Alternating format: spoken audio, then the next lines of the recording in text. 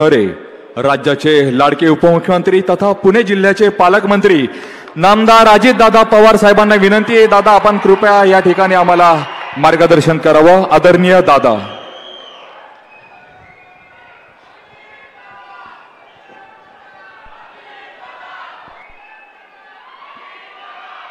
आपल्या राज्याचे मुख्यमंत्री माननीय एकनाथराव शिंदे साहेब, उपमुख्यमंत्री माननीय देवेंद्र फडणवीस जी, मंत्रिमंडळातील आमचे सहकारी दिलीपराव वळसे पाटील, उदय सामंतजी, मंगल प्रभात लोढा, विधान परिषदेच्या उपसभापती नीलमताई गोरे, माननीय पवार साहेब, सुप्रिया सुळे, विधिमंडळातील माझे सहकारी दत्तात्रय भरणे, अनेक अधिकारी इथे उपस्थित आहेत. सर्व अधिकारी वर्ग, विविध राजकीय पक्षामध्ये काम करणारे उपस्थित असणारे सर्व सहकारी, बारामतीतील प्रतिष्ठित नागरिक, माझ्या पुणे विभागातून आलेले बाहेरनं सर्व विद्यार्थी विद्यार्थिनी, पत्रकार मित्र, बंधू भगिनींनो, माझ्या तरुण मित्रांनो, सुरुवातीलाच आपला सगळ्यांचा लोकप्रतिनिधी या नात्याने राज्याच्या मुख्यमंत्री पदाची जबाबदारी स्वीकारल्यानंतर पहिल्यांदाच एकनाथराव शिंदे बारामतीमध्ये येत आहेत. मी शिंदे साहेबांचं, देवेंद्रजींचं, दिलीपरावांचं, उदयजींचं, मंगलप्रसाद लोढाजींचं आणि नीलमताई गोरे या सर्व मान्यवरांचं बारामतीकरांच्या वतीनं मनापासून स्वागत करतो.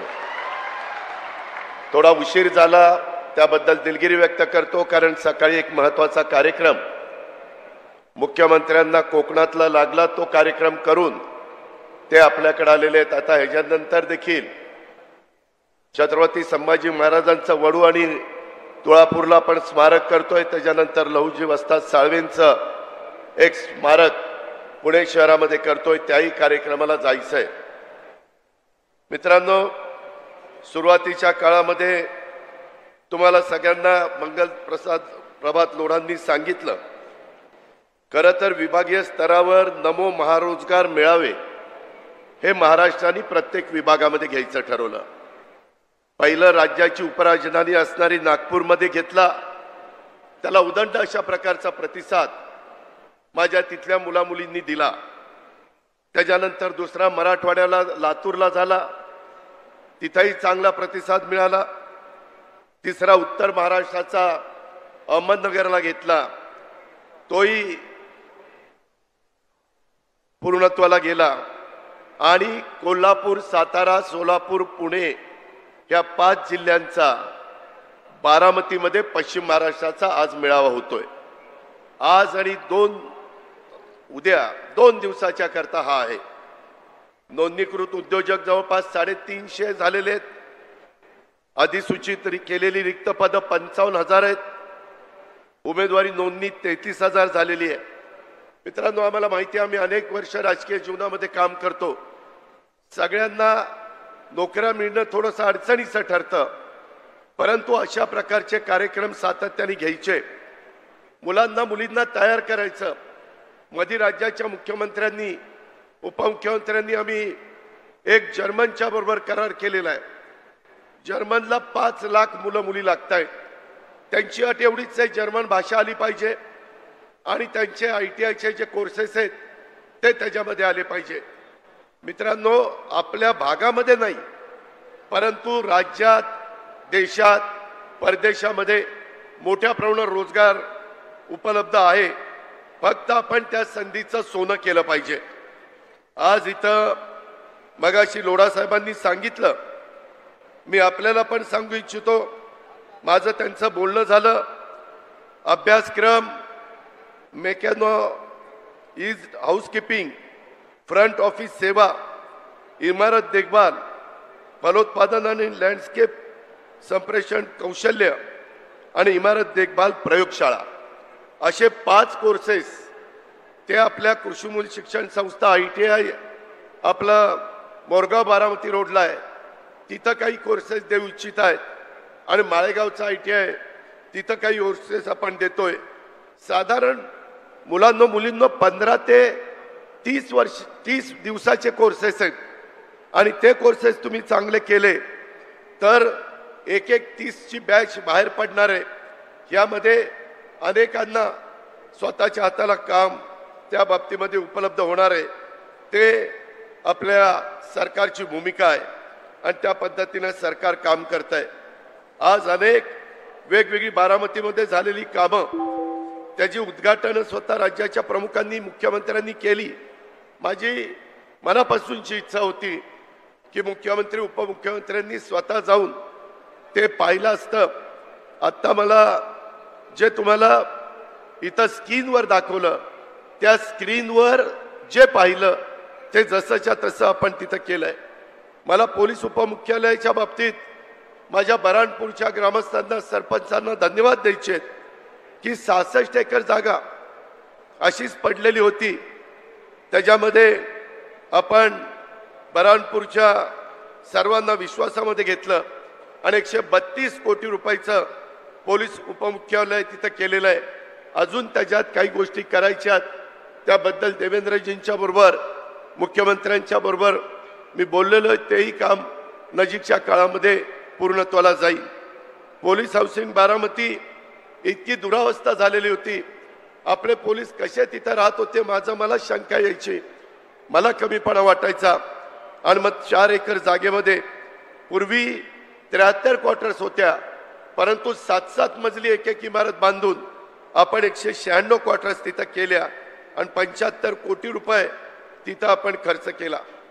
बारामती आपण म्हणजे राज्य सरकारने बारामती बस स्थानकामध्ये पहिलं बस स्थानक कसं होतं हे आपल्याला सगळ्यांना माहिती आहे.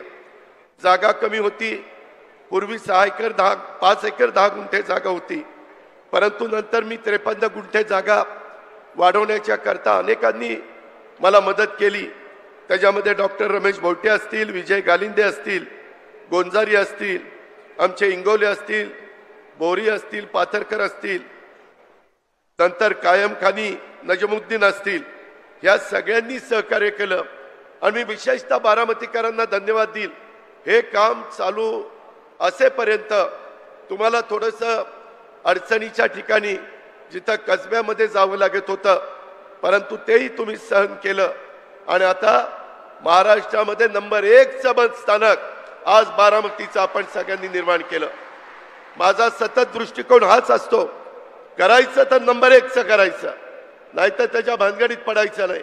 आणि ह्या पद्धतीनं बारामतीच्या वैभवामध्ये भर घालणाऱ्या एकाचड एक वास्तू आपण राज्य सरकारच्या मदतीनं उभ्या केल्या. त्याबद्दल मुख्यमंत्र्यांना, उपमुख्यमंत्र्यांना आणि सर्व सहकाऱ्यांना मी मनापासून धन्यवाद देईल.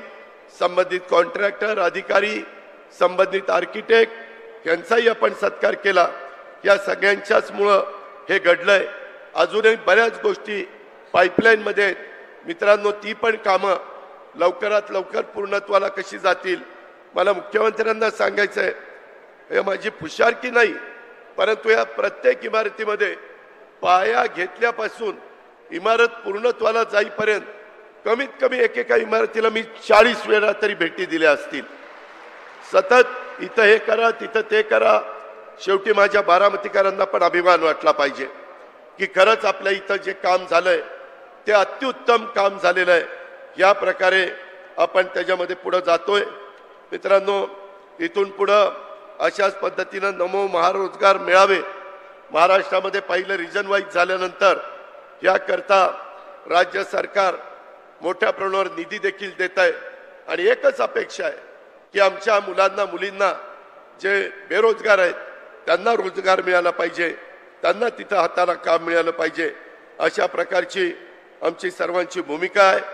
माझी आज DPC मधनं 39 वाहनं आपण पोलिसांनाही त्यांची गस्त चांगली घालता यावी, कायदा सुव्यवस्था चांगली राहावी, गुंड प्रवृत्तीच्या लोकांच्यावर अंकुश ठेवावा, कुणाची गुंडगिरी इथं खपवून घेतली जाणार नाही महाराष्ट्रात. या पद्धतीनं काम करायचं म्हटलं तरी इन्फ्रास्ट्रक्चर द्यावं लागतं आणि ते इन्फ्रास्ट्रक्चर आपण दिलेलं आहे. मी मगाशी तिथं CM DCMला उशीर होत होता म्हणून झेंडा दाखवला. तिथं 39 वाहनामध्ये जे ड्रायव्हर होते त्याच्यातल्या 14 महिला होत्या आणि सगळ्यात चांगलं ड्रायव्हिंग त्यांचं तिथं चाललेलं होतं। एवढा महिलांना पण संधी देण्याचं काम मित्रांनो हे महायुतीचं सरकार करतंय। इतर बऱ्याच बाबी बोलण्यासारख्या आहेत। आज ही करोडो रुपयाची कामं आपल्या सर्वांच्या करता, बारामतीकरांच्या करता, इतर सर्व तिथं राहणाऱ्या अधिकारी कर्मचाऱ्यांच्या करता आपण उपलब्ध करून दिली। अशाच पद्धतीनं टप्प्याटप्प्याने आपण पुढे जाण्याचा प्रयत्न करू। मुख्यमंत्री, उपमुख्यमंत्री, मी आपल्याला ग्वाही देतो बारामतीकरांच्या वतीनं, एक दिवस असा आणीन की महाराष्ट्रामध्ये नंबर 1 चा विकासाच्या बाबतीतला तालुका कोणता आहे तर तो बारामती तालुका आहे। हे केल्याशिवाय मी गप्प बसणार नाही। त्याकरता तुमची साथ, त्याकरता तुमचं सहकार्य, त्याकरता तुमचा सगळ्यांचा पाठिंबा हे मला हवा आहे। मुख्यमंत्री आणि उपमुख्यमंत्री देतील याबद्दलचा विश्वास बाळगतो। हा सगळा दिमागदार कार्यक्रम घडवून आणण्याच्या करता ज्यांनी ज्यांनी योगदान दिलंय त्यांचा सगळ्यांचं मनापासून आभार मानतो। आणि उद्या देखील जे माझे विद्यार्थी विद्यार्थिनी येऊ शकले नाही त्यांनी उद्या पण दिवसभर या नमो महारोजगार मेळाव्याचा फायदा घ्यावा अशा प्रकारची विनंती करून मी आपल्या सर्वांची रजा घेतो। जय हिंद, जय महाराष्ट्र। पुन्हा एकदा जोरदार टाळ्या झाल्या। पहिलं